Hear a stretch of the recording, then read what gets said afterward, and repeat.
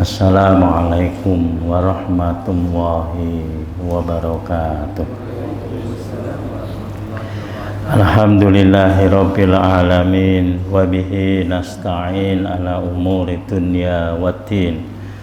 Wassalatu wassalamu ala asyrafil anbiya'i wal mursalin wa ala ahlihi wa sahbihi ajmain. Subhanaka la ilma lana illa ma 'allamtana innaka antal alimul hakim. La haula wala quwata illa billahil aliyyil azim. Amma ba'd. Hadirin tuan-tuan dan puan-puan jamaah subuh yang dirahmati Allah Subhanahu wa taala. Syukur alhamdulillah, pada pagi ini Allah memberi nikmat kepada kita dapat menunaikan sholat subuh berjamaah.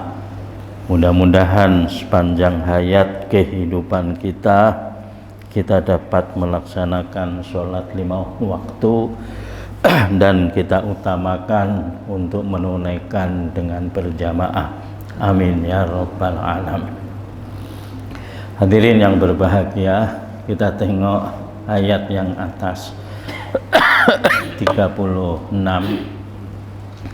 Wa ma kana lil mu'minin wala mu'minatin idza qadallahu wa rasuluhu amran ayyakuna lahumul khiyaratu min amrihim wa may ya'sillaha wa rasulahu faqad dhalla dhalalam mubina.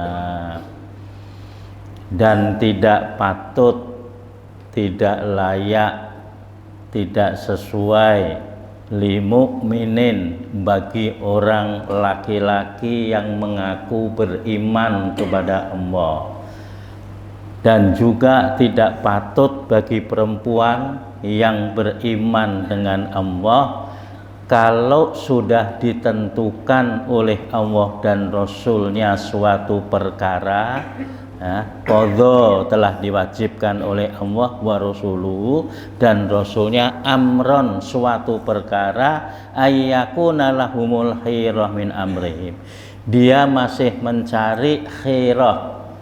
Bahasa kita jadi ikhtiar. Ikhtiar artinya apa teman-teman? Usaha.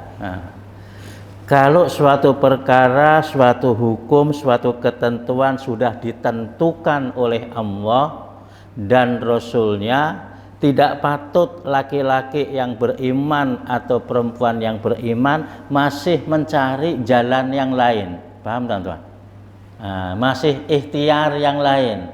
Kan sudah ditentukan oleh Allah. Kecuali yang tidak.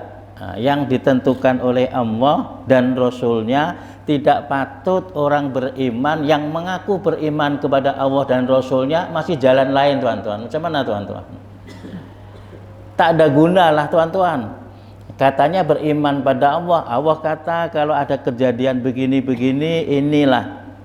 Ini jalan keluarnya. Kalau terjadi begini, ini jalan keluarnya, ini jalannya, jalan menuju kepada kebenaran, menyelesaikan masalah kamu. Tapi kamu masih berusaha untuk mencari jalan lain, kan pelik, teman-teman. Sebab itu ujungnya terang-terang nanti Allah kata, wa may ya'sillaha wa rasulahu. Orang itu dianggap orang yang derhaka atau maksiat. Maksiat dari kata-kata ini juga, barang siapa yang maksiat artinya mengingkari atau melakukan yang tidak ditentukan Allah dan Rasulnya, berarti dianggap maksiat. Allah kata kalau begitu faqad dhalla, maka benar-benarlah dia dhalla, sesat, dhalalam, sesat yang mubina, yang terang benderang. Undang-undang ada, peraturan Anda, dia cari yang lain lagi, teman-teman. Kalau undang-undang yang dibuat oleh manusia, sudah tentu yang membuat orang pakar-pakar pandai-pandai. Kita rakyat biasa ikut, itu kalau undang-undang, peraturan, hukum, kerajaan, pemerintah, Tuhan. Ya tidak. Yang duduk ini wakil-wakil orang pandai-pandai. Apabila kamu tidak ikut itu tapi ikut akal sendiri, jangan disalahkan kalau Anda menyalahi hukum yang kena tangkap. Betul tak teman-teman? Sebab kamu sesat. Sesat apa? Jalan peraturan kerajaan telah buat kerajaan ini ya diwakili oleh orang-orang untuk menggubal undang-undang dan peraturan. Tapi kamu tidak melaksanakan, maka kamu sesat, risikonya kamu akan kena tangkap, masuk jail. Sekarang ini peraturan dalam dunia ini keseluruhannya bukan negara teman-teman. Kalau Anda di negara Malaysia, Singapura, Indonesia, kecil-kecil ini. Tapi ini Allah Subhanahu wa taala seluruh apa yang ada di dunia ini. Dan Nabi Muhammad adalah nabi untuk seluruh manusia sebagai contoh seluruh yang di dunia ini, bukan Arab saja. Kalau Arab saja maknanya kita orang Melayu tak boleh ikut nabi. Kalau begitu Allah tidak sesuai mengatakan contoh kepada Nabi, tapi Allah sudah perhitungkan Muhammad ibnu Abdillah Rasulullah Shallallahu Alaihi Wasallam adalah contoh untuk seluruh umat, boleh mencontohi. Soalnya adalah mau atau tidak, maka ditentukan oleh Allah. Apabila suatu kejadian yang ditentukan oleh Allah dan Rasulnya, kemudian kamu mencari ikhtiar usaha yang lain kecuali perkara-perkara yang tidak jelas, tidak terang, yang kamu boleh, istilah agama adalah ijtihad. Ya. Kalau hukum umpamanya mencuri potong tangan itu sudah jelas tak teman-teman? As-sariku was-sarikoto itu terang bahasanya, pencuri laki-laki dan pencuri perempuan. Kalau hukum zina jelas tak teman-teman? Az-zaniyatu waz-zani, pezina perempuan dan pezina laki-laki. Hukumnya ada terang dan jelas teman-teman. Yang mana hukum itu ditentukan oleh Allah dan Rasulnya. Kenapa dikatakan Rasulnya? Karena sudah dipraktikkan zaman Rasulullah Shallallahu Alaihi Wasallam, dipraktikkan oleh Khulafaur Rasyidin. Maka Nabi kata zaman yang terbaik adalah zaman ketika aku masih hidup, kurun saya. Semua orang tahu. Yang peliknya setelah kita tahu kurun terbaik, kita ini mau jadi baik tapi tak ikut jalan yang ditempuh orang yang terbaik, kan pelik teman-teman. Umat Islam semua mengakui zaman terbaik adalah, sebab itu ada hadisnya, zaman terbaik ketika zaman aku masih hidup. Semua mengakui teman-teman. Tapi anehnya orang-orang Islam yang berada di negara-negara ini tidak berpikir bagaimana melangkah seperti menjadi yang terbaik. Tapi mereka kumpulkan orang, kita pikir, kita musyawarah, kita menggubal undang-undang. Akhirnya diguballah undang-undang, dibuatlah peraturan masing-masing tiap negara yang tidak mengikuti contoh oleh Rasulullah SAW. Akhirnya menyelesaikan masalahnya tidak seperti yang ditentukan Allah dan Rasulnya, maka tidak selesai masalah, justru menambah masalah. Ketika Anda sakit, dokter itu tahu. Kalau kamu sakit, cek semua sudah, maka obatnya ini. Anda sampai di rumah, meeting pada istri, anak-anak, kita kumpul lagi. Yang dikatakan dokter ini betul atau tidak ini? Sesuai tak untuk bapak ini? Relevan tak untuk bapak mbak sekarang? Yang anak kata, oh tak sesuai pak. Bapak ini kan kuat makan daging, suka kambing. Makan tak apa pak? Oh yang ini kata begitu. Yang kata kurangi saja ini. Yang ini kata begini. Oke lah. Akhirnya dalam musyawarah itu ditentukan yang paling banyak, ini yang paling banyak, Bapak ikut. Bapak ikut daripada otak-otak anak-anaknya, adiknya, istrinya, semua dalam meeting tadi Tuan. Betul tak Tuan? Akhirnya tidak mengikuti yang telah dikatakan oleh dokter tadi, penyakit kamu patutnya obatnya ini, patutnya penyelesaiannya begini, kira-kira macam mana Tuan? Barangkali ada sedikit saja benang yang mungkin boleh betul, mungkin teman-teman, ya tidak. Tetapi salahnya lebih banyak, khawatir dan mudarat. Dan itu risikonya adalah nyawa dia.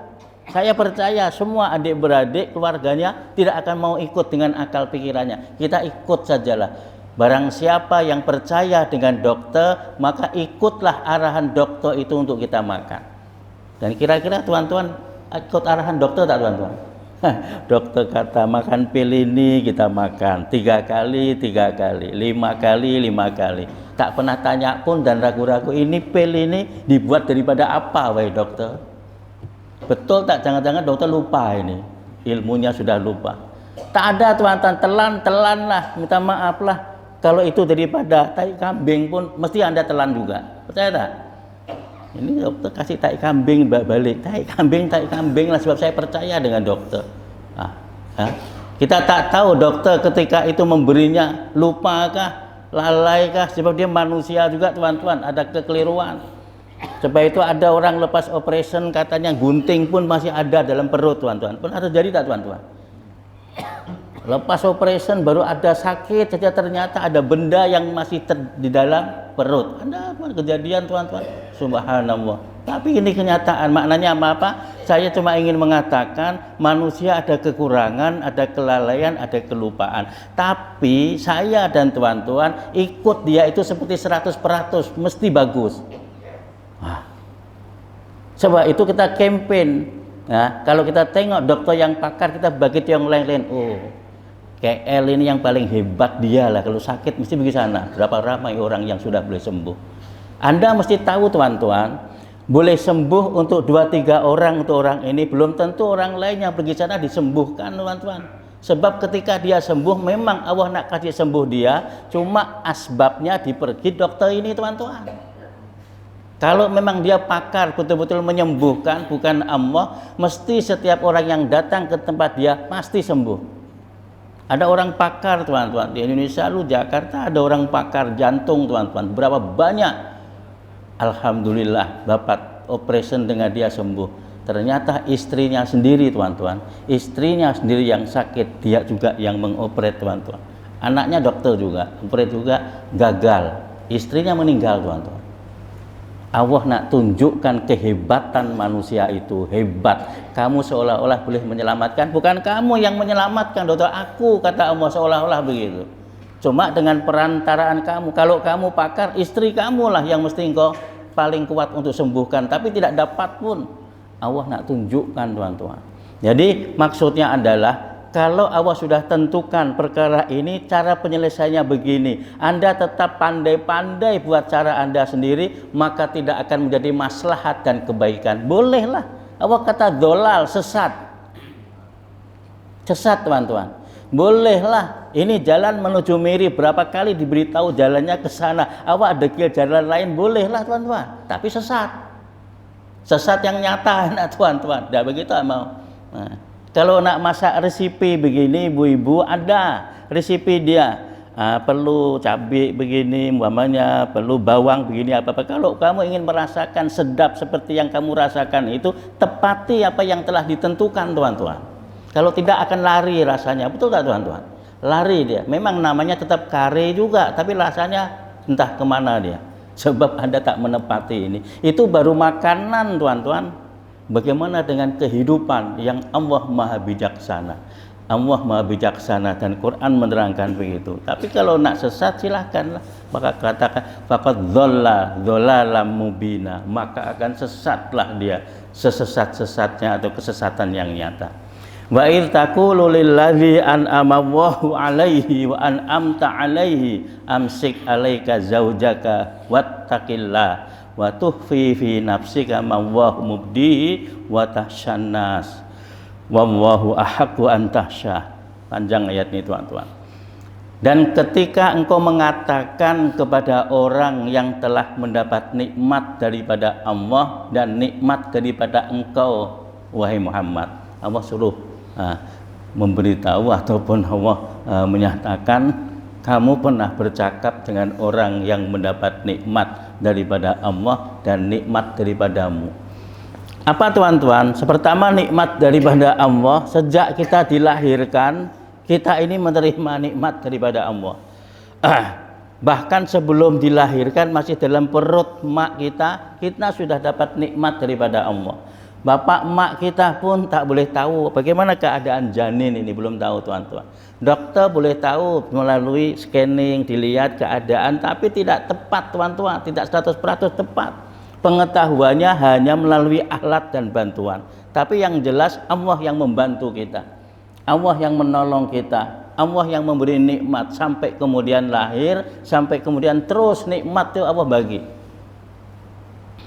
Kita mulai diberi kekuatan oleh Allah, panca indera kita mulai berfungsi, badan kita mulai kuat, mulai boleh ya memandang semuanya, mendengar semuanya, tangan mulai diberi kekuatan, mulai kemudian merangkak, sedikit-sedikit merangkak, akhirnya berjalan. Ini semua ilmu yang Allah berikan nikmat pada saudara. Ada tak kira-kira manusia yang mengajarkan merangkak? Ada teman-teman? Kita buat kursus di Bintulu inilah, kursus merangkak. Anak-anak kita kecil-kecil itu yang baru 1 bulan 2 bulan masukkan kursus ini seminggu 2 kali teman-teman. Mau kan? Ada tak teman-teman? Kalau belum ada kita boleh buka teman-teman. Anda tak payah buat kursus, bapak tak payah ajar nak kalau merangkak ini begini. Tengok bapak ini, tengok bapak ini. Bapak kemudian angkat tangan kanan dulu ya. Tengok kanan ini. Anak budak kecil bingung, nangis dia teman-teman. Tangan kanan dulu, kemudian ikuti kaki. Nah, kemudian yang kiri ikuti kaki. Kalau jatuh bangun lagi nak, tak payah teori panjang-panjang, cakap-cakap, ujung-ujung anak jadi bingung, tak payah. Allah bagi nikmat, anak ini akan bergerak bangun sendiri, jatuh bangun sendiri, jatuh bangun sendiri, terus berjalan, tak payah diberi motivasi. Kalau Anda gagal sudah mulai remaja, mulai dewasa, ada motivator yang memberitahu nak teman-teman. Kalau nak bisnis gagal diberi motivasi ini, diberi. Tapi anak kecil ini jangan diberi motivasi teman-teman. Panggil orang pakar suruh cakap depan dia, lagi penin palak dia. Nanti dia Allah bagi nikmat, digerakkan oleh Allah keberanian, berdiri lagi, jatuh, berdiri lagi, tak payah bapak mak cakap. Tiba-tiba tengok, anak mak sudah pandai jalan, tengok pandai jalan. Ya Allah, senyum kita mulai Allah bagi. Pada masanya ada, itu namanya nikmat itu teman-teman. Anda tak pernah terpikir, dikira tak itu semula jadi, tidak semula jadi, Allah yang bagi dia, Allah yang ajar dia. Orang beriman mengakui bahwa itu adalah Allah bagi nikmat. Lalu kalau Nabi Muhammad nikmatnya apa? Nabi Muhammad memberi nikmat kepada kita adalah memperkenalkan Allah Subhanahu wa taala. Allahu Akbar, la ilaha illallah. Ini yang diperkenalkan oleh masyarakat Arab ketika itu, yang mereka sudah banyak mentuhankan tuhan-tuhan lain selain Allah Subhanahu wa taala. Jasanya besar teman-teman. Sehingga Anda akan menjadi beruntung di dunia, kemudian nanti beruntung juga di kubur, beruntung juga padang mahsyar, sampai beruntung juga masuk surga. Subhanallah. Anda diberi bantuan orang sehingga beruntung di Bintulu saja, Anda sudah berterima kasih besar teman-teman. Ada orang memberi kereta pada teman-teman, selalu saya kasih contoh saja, kereta. Anda mesti ingat sama dia sampai mati ini teman-teman, betul tak? Sebab tak ada orang yang bagi saya kereta teman-teman. Bukan saya minta, misalnya ada orang bagi saya kereta, keretanya murah saja, umpamanya Proton Saga lama yang 3.000 2.000 aja sudah lama, kalau jual pun murah. Tapi kalau saya apalagi kalau ketika itu saya tak ada kereta, saya tak ada, cuma pakai motosikal, orang bagi kereta harganya 3.000 kalau di luar, tapi saya akan ingat orang yang memberi ini sampai sepanjang hayat saya.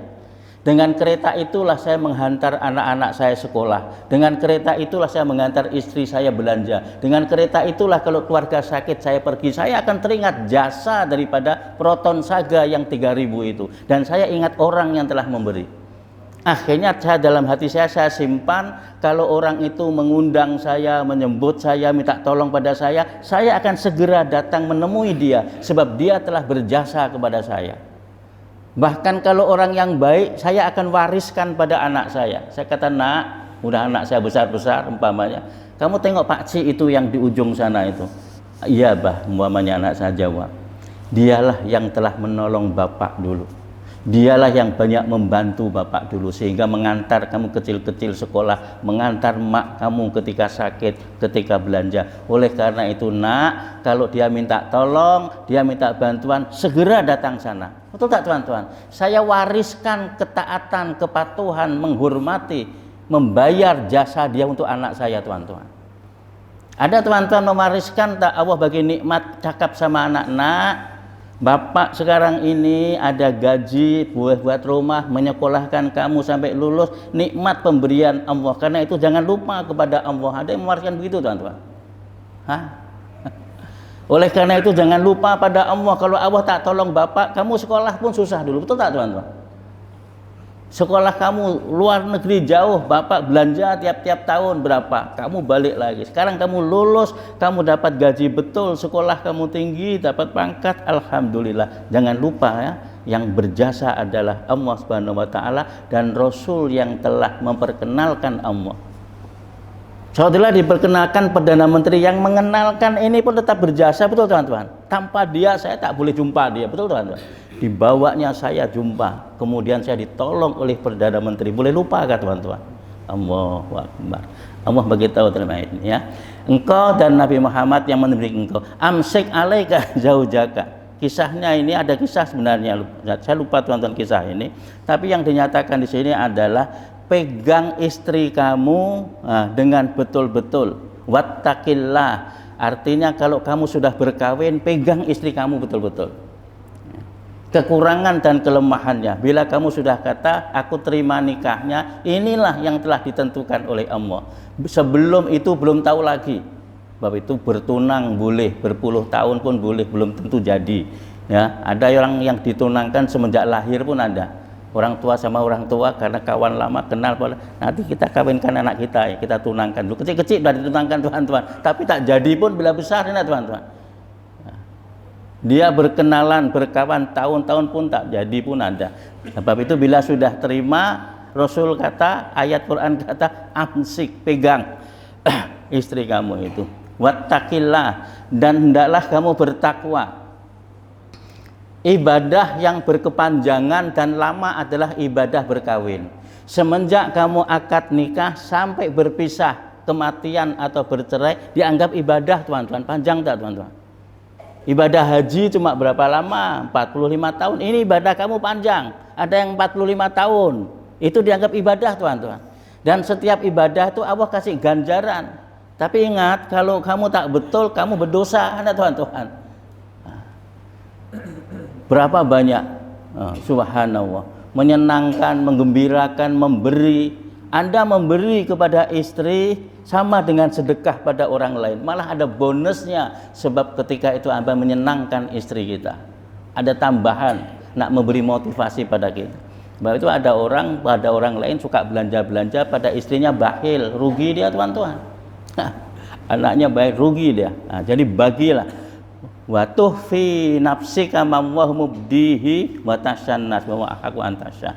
Dan sebagian manusia ada yang menyembunyikan apa yang terjadi yang sebenarnya.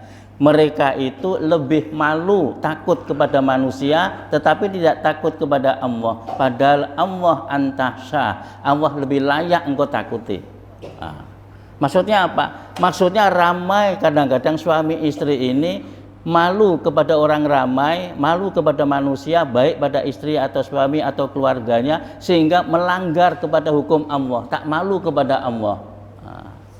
Susahlah Ustaz, ini susah. Wah, banyak begitu teman-teman. Kalau ikut ini, ikut itu. Padahal itu adalah hukum yang sebenar, hukum ketentuan. Yang sekarang ini ditunjukkan oleh Allah, kebenaran itu nanti akan nampak teman-teman. Maka kemudian falamma qadha Zaidun minha, Nabi dijadikan contoh berat dalam kisah ini teman-teman. Apa berat dia? Maka ketika Allah memutuskan kepada Zaid bin Harisah, yaitu anak angkat Rasul, apa yang dikeputuskan oleh Allah? Wataron zawwajnakaha, yaitu ketika Zaid bercerai kepada Zainab istrinya, maka dinikahilah perempuan itu yaitu Zainab oleh Rasulullah Shallallahu Alaihi Wasallam. Ini jadi kisah yang jadi fitnah agama lain. Dikatakan Muhammad nafsunya besar sehingga mengawini bekas menantunya. Dan ketika itu jahiliyah teman-teman, memang tidak boleh pun. Untuk adat jahiliyah tidak boleh mengawini. Tapi Rasulullah nak membuktikan ajaran agama menghalalkan menikahi bekas menantu anak angkat. Jangan lupa, Zaid itu anak angkat Nabi, bukan anak kandung. Kalau anak kandung menantunya jadi menantu kandung lah. Tapi menantu karena anak angkat boleh. Tapi zaman jahiliyah tidak boleh. Bagaimana Anda dicontohkan oleh Allah berani berdepan dengan adat? Wah, itu malu teman-teman kalau tak kuat ya teman-teman. Malu setelah puluhan ratusan tahun tidak benar, tiba-tiba Muhammad yang katanya Rasul berani merubah sesuatu yang tidak boleh. Sebab itu kalau ikut manusia, Rasul pun malu juga, tapi karena itu hukum Allah justru dijadikan contoh. Maka ayat seterusnya teman-teman, dia kata begini, likai la yakuna 'alal mu'minin harajun fi azwaji adiyaihim idza qadha minhunna watara, supaya menjadikan contoh orang-orang beriman yang memiliki anak angkat dan anak angkatnya berkawin dengan perempuan kemudian bercerai, dibolehkan kawin dengan bekas menantu daripada anak angkatnya. Supaya jadikan contoh, boleh idza qadha minhunna watara, selepas iddah lah tentunya. Wa kana amrullahi maf'ula, dan kejadian yang begitu itu sudah ditentukan oleh Allah Subhanahu wa taala. Ini menjadi isu besar tuan-tuan, sebab ada yang mengatakan ceritanya macam-macam fitnah. Ada yang mengatakan Rasulullah tak sengaja masuk ke rumahnya Zaid bin Harisah ini. Ketika dia masuk, Zaid tak ada, nampak Zainab. Maaf, Zainab ketika itu berpakaian yang agak terbuka lah. Nabi kemudian suka, kemudian Nabi suruh Zaid ceraikan Zainab, kemudian kawin. Ini fitnah daripada agama lain tuan-tuan.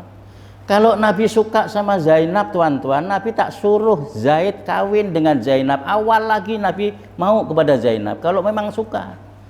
Ini sudah dikawin oleh Zaid, baru dia mau, seorang janda. Pelik tuan-tuan. Padahal Nabi kenal dengan Zainab itu. Soal-soal perceraiannya kenapa itu soal lain. Ada yang mengatakan karena Zaid itu kan anak hamba tuan-tuan, diangkat Nabi itu. Yang Zainab ini orang bangsawan lah orang kata, orang kaya, orang merdeka, orang bangsawan. Mula-mula agak keberatan, tapi karena Nabi yang menikahkan, dia mau. Tapi soal itu soal lain. Tapi yang pentingnya sudah berkawin suami istri, kemudian cerai, kemudian diambil oleh Nabi sebagai istrinya, nak membuka pintu undang-undang baru bahwa itu dibolehkan dalam agama. Dan contoh sekali adalah engkau sekali yang dicontohkan oleh Allah Subhanahu wa taala untuk teladan. Bukan senang tuan-tuan menjadi contoh yang begitu, beban dia berat.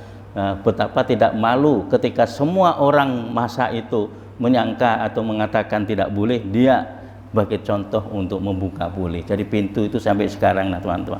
Jadi sampai ini dululah teman-teman, yang pentingnya pada hukum pada yang kita terangkan pada pagi ini adalah hukum Allah perlu ditegakkan meskipun berlainan daripada adat istiadat kamu, meskipun tidak sama dengan kebiasaan di masyarakat kamu yang sudah ratusan tahun.